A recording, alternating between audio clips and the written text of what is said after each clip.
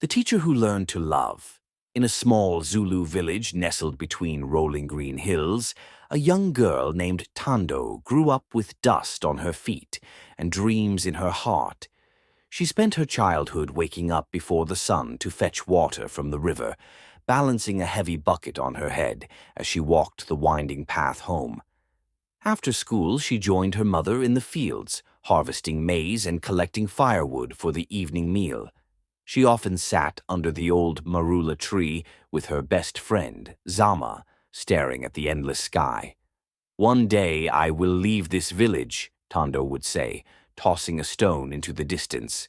"I will live in the city, where water comes from taps and no one has to carry buckets or work in the fields."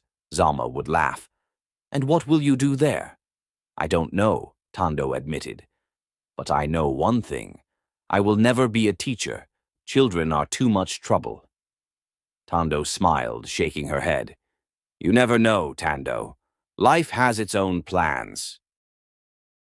Tando couldn't believe her mother had applied for the bursary behind her back.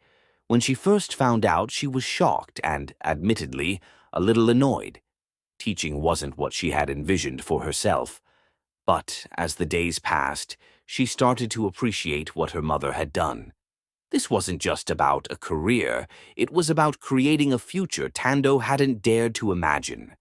As she packed her things for varsity, Tando thought about what lay ahead.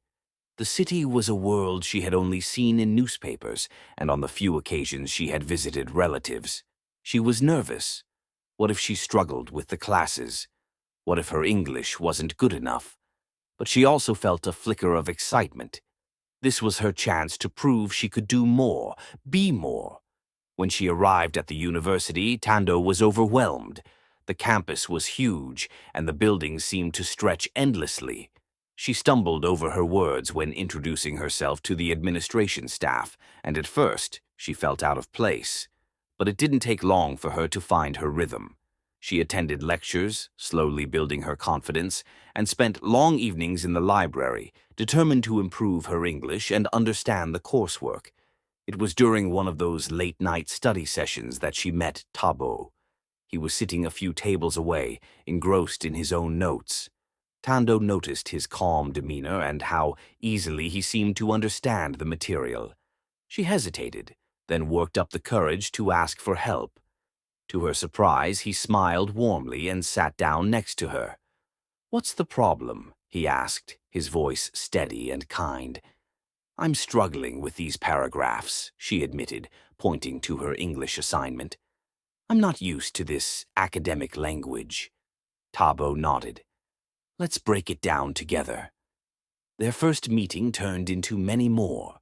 Thabo had a way of explaining things that made them easier to understand. He didn't laugh at her mistakes. Instead, he encouraged her to keep trying. Soon they started studying together regularly. And gradually, as the weeks went by, Tando began to see Thabo as more than just a study partner. There was a connection, a feeling that made her heart race in a way she wasn't used to. But Tando knew she had a lot to focus on. Her courses were tough, and she had to work twice as hard to catch up. She didn't know where her relationship with Thabo would lead, but for the first time she felt that life in the city wasn't so intimidating.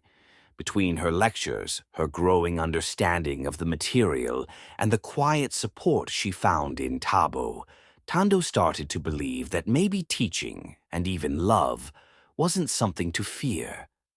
Over the years, their hard work paid off. Both Tando and Thabo graduated, caps and gowns marking their triumph over every challenge.